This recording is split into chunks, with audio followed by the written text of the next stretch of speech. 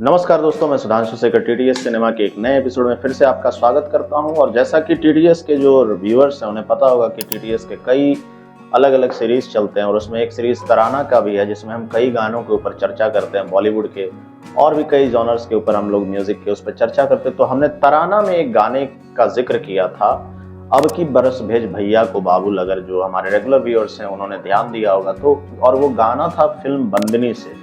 तो दोस्तों, आज हम जिस फिल्म की चर्चा आपके सामने करेंगे वो बंदनी फिल्म ही है। जी हाँ दोस्तों, ये 1963 में ये फिल्म रिलीज हुई थी। अपने आप में बहुत बड़ी क्लासिक फिल्म रही है, ये क्रिटिकली एक्लेम्ड रही है, बिमल रॉय के द्वारा निर्देशित है। और जब ये फिल्म रिलीज हुई थी तो उस साल फिल्म फेयर की कैटेगरी में इसने 6 फिल्म फेयर अवार्ड अपने नाम झटक लिए थे, जिसमें से कि बेस्ट डायरेक्टर, बेस्ट फिल्म और बेस्ट एक्ट्रेस का खिताब भी शामिल था। जी हाँ दोस्तों, टोटल 6 अवार्ड्स जीते थे इसमें, जिसमें से कि best actor, best actress, best film और बेस्ट डायरेक्टर का खिताब भी इसमें झटका था। ये जो मूवी थी बंदनी, वो बेस्ड थी एक नॉवेल पे जिसका नाम था तामसी। एक बंगाली नॉवेल थी तामसी, जिसके ऑथर थे चारू चंद्र चक्रवर्ती।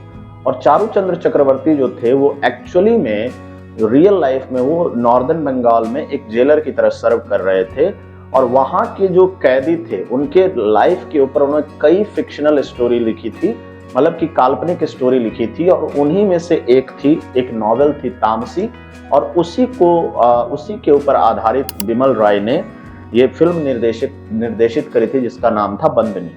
तो दोस्तों, कहानी की शुरुआत ऐसे होती है कि नूतन जो है उसकी भूमिका निभाई है जिस कैरेक्टर की, उसका नाम होता है कल्याणी।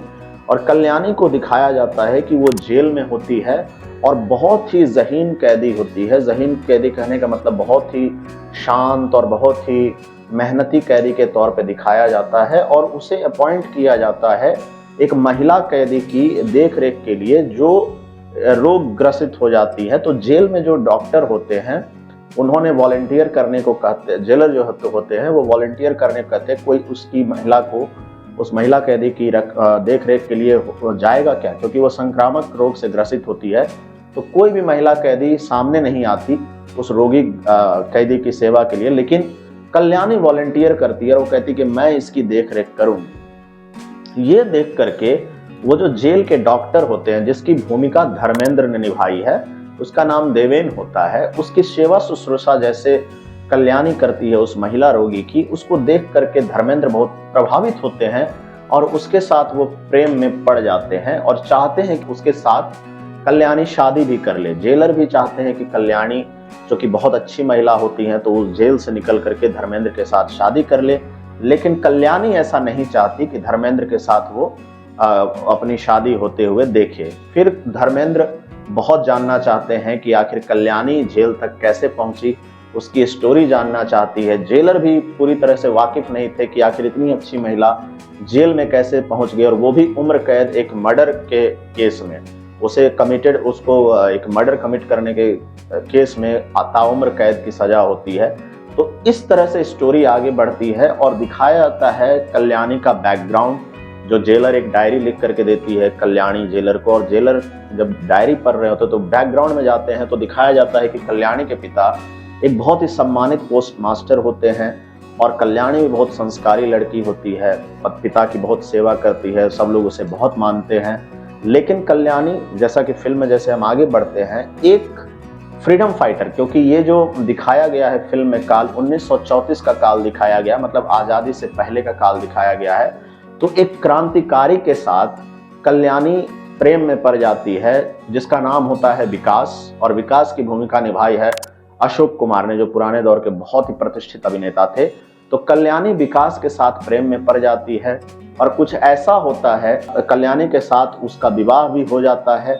कुछ ऐसे घटनाएं होती हैं कि कल्याणी के साथ वो घर में ही वो बताते हैं कि ये मेरी पत्नी है, और वो शादी करने को मजबूर हो जाती है कल्याणी उनसे। वो चाहती भी थी क्योंकि विकास को प्रेम करने लग जाती है, लेकिन विकास किसी कारणवश उसे छोड़ के चले जाते हैं, ये वादा करके कि मैं वापस आऊंगा तुम्हें लेने के लिए।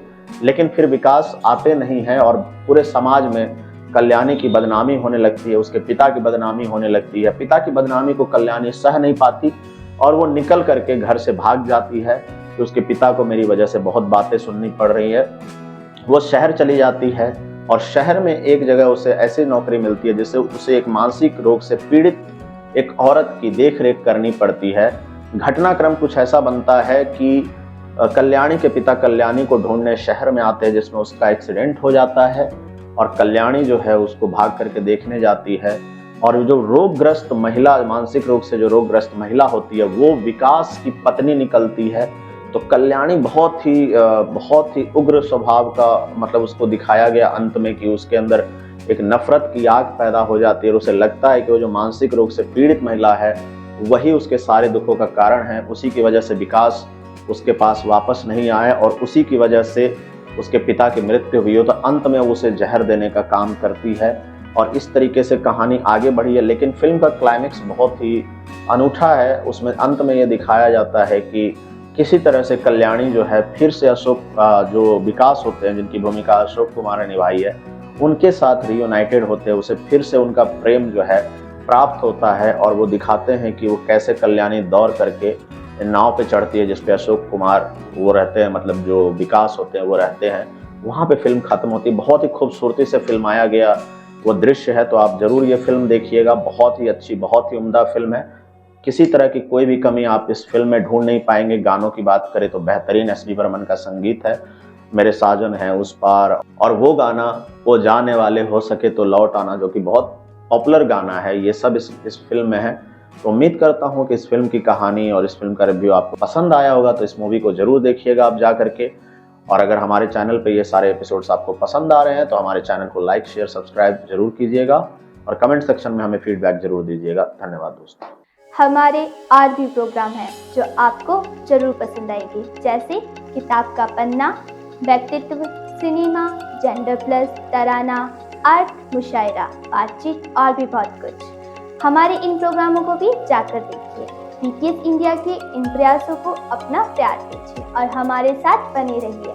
अगर आपने अब तक चैनल को सब्सक्राइब नहीं किया है तो चैनल को सब्सक्राइब कर लें ताकि हमारी हर वीडियो आप तक सबसे पहले पहुंचे।